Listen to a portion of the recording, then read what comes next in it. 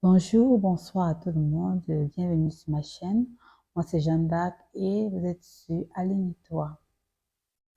Aujourd'hui, j'ai l'intention de parler encore d'égrégore et de religion. Je m'excuse d'abord parce que la dernière fois, je n'ai pas défini ce que c'était que la religion.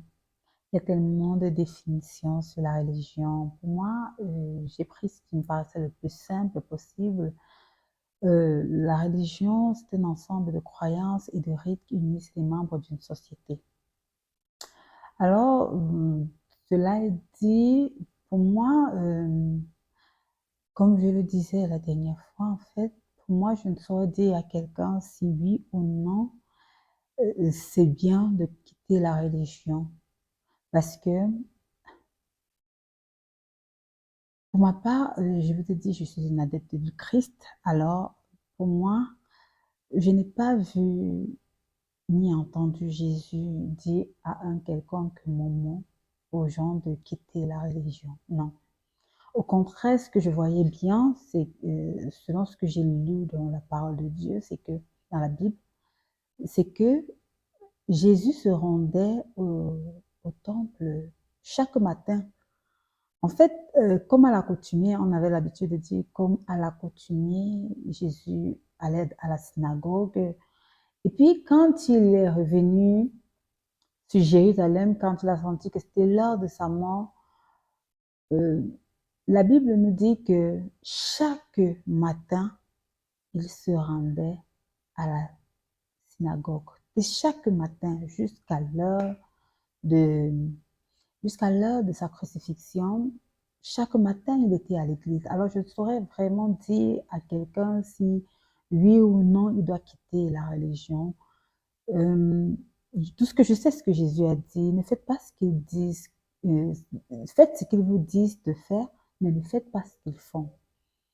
Et pour moi, je dirais, je suis du même avis que lui. Parce que, comme je l'ai dit, comme je l'ai dit pour les deux dernières vidéos, c'était que, en fait, ce n'est pas la religion qui est totalement mauvaise. En fait, la religion a ceci de ce que elle est un peu comme la loi en fait. Quand Saint Paul dans le livre romain explique euh, la loi et la foi, il explique les conséquences d'être sous le joug de la loi.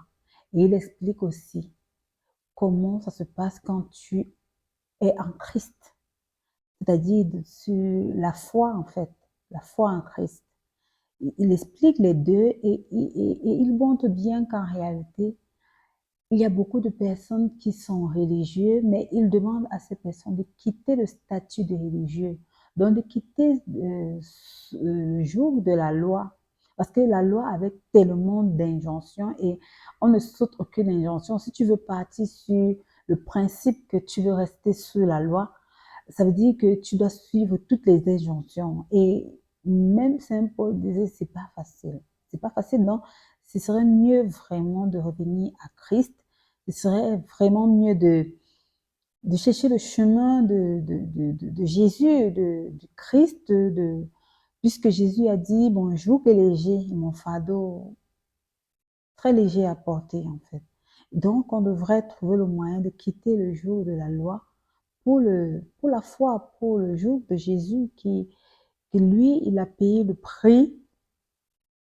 Et ça fait encore l'objet d'une autre discussion parce que on a tendance un peu à négliger, je dirais pas négliger, mais il y a comme un mélange d'incompréhension quand on d'incompréhension, je ne saurais même pas dire si c'est une incompréhension, mais en fait, c'est comme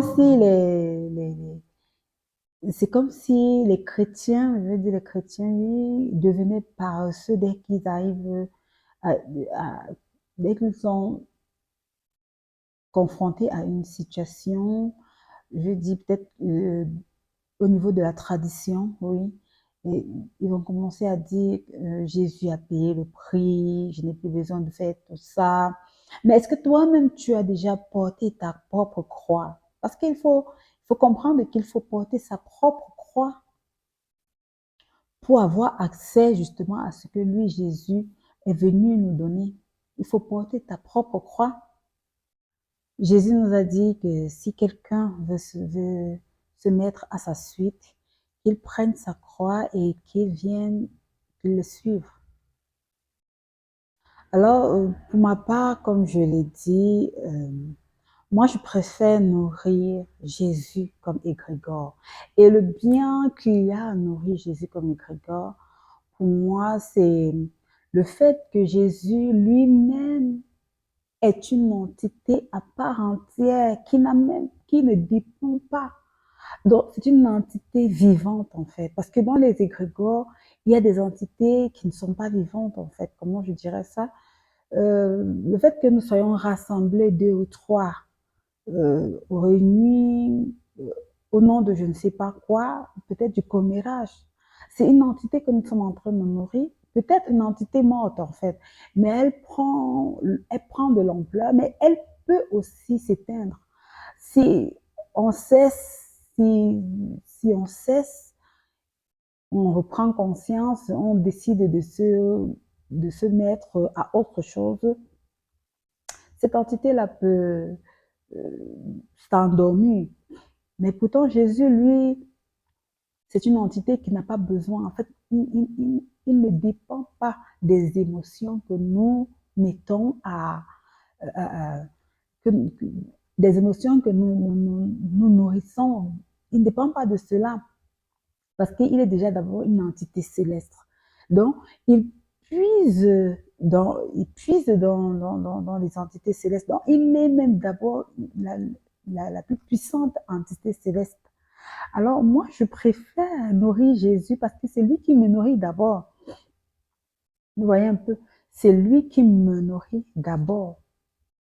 J'ai deux anecdotes que je vais raconter ici. Le premier, c'est que lorsque je suis née de nouveau, j'ai voulu quitter la religion, parce que la religion catholique surtout, parce que je ne comprenais pas beaucoup de choses. Tout était remis en question en moi, Marie, les saints et tout ça. Et c'était grave à tel point que, je sais pas, je parlais déjà de la fin des temps. Je vous assure, c'était tellement grave. Je ne savais même plus trop où j'en étais. Et j'avais tellement peur de me perdre. Et là, moi, je dis à Dieu, Seigneur, je veux pas me perdre, s'il te plaît. Tiens-moi fort, toi le Dieu d'Abraham, d'Isaac, de Jacob, tiens-moi fort, je ne veux pas me perdre. Et là, Dieu a commencé à m'envoyer les gens qui ont commencé à m'expliquer pas à pas, mais c'était pas toujours ça. Mais je sentais que Dieu voulait pas que je quitte, il voulait que je reste là où j'étais. Alors,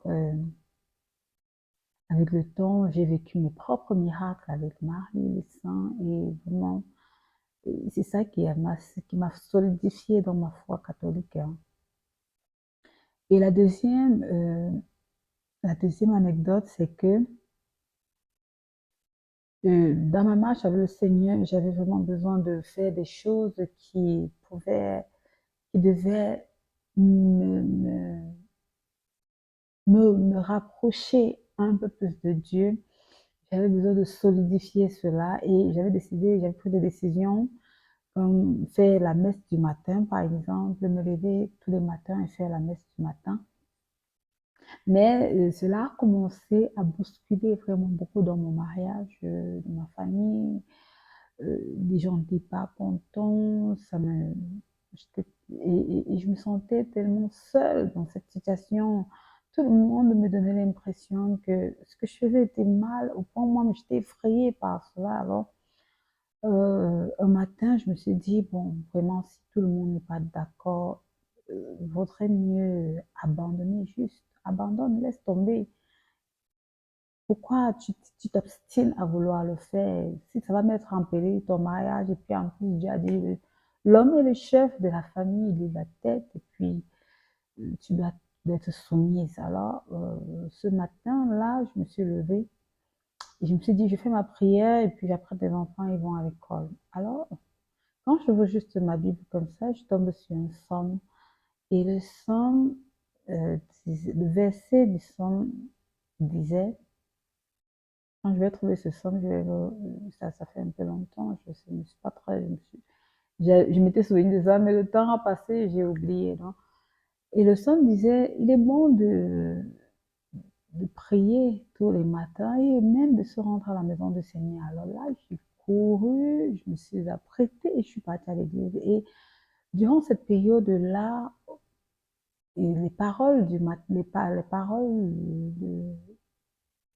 de l'évangile, de la Bible, en fait, durant cette période-là, c'était beaucoup plus.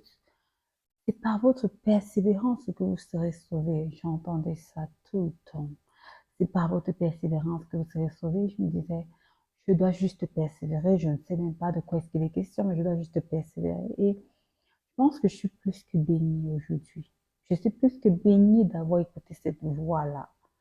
Je ne saurais parler, je ne saurais dire quoi que ce soit de la tradition parce que, pour dire vrai, je ne me suis pas vraiment intéressée. Je crois que mon cœur était déjà scellé pour Dieu. Donc, du coup, euh, Dieu m'a pris en chemin comme ça et m'a amené vers là où il voulait. Et je pense que là, maintenant, je suis plus que bénie. Je ne saurais dire quoi que ce soit pour les autres, mais je dirais, la religion aujourd'hui, on ne peut pas faire sans ça.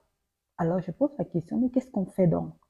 Alors, qu'est-ce qu'on fait? On se retrouve maintenant un peu comme les disciples d'Emmaüs à retourner, à retourner en arrière, ou alors qu'est-ce qu'on fait? Parce que là, c'est comme si tout le monde veut être comme un disciple d'Emmaüs. Et puis, il y a beaucoup de personnes qui font un mélange, ça ne se fait pas. Tradition, religion, mais je pense qu'il y a quelque chose qui ne va pas. Chacun doit pouvoir se positionner, positionner quelque part. Vous savez, Jésus priait à l'heure de son départ de cette terre. Il disait, Père, je prie qu'il soit un, tout comme nous sommes un. Alors le secret, c'est l'alignement. Aligne-toi, parce que c'est la prière du Christ avant de quitter cette terre.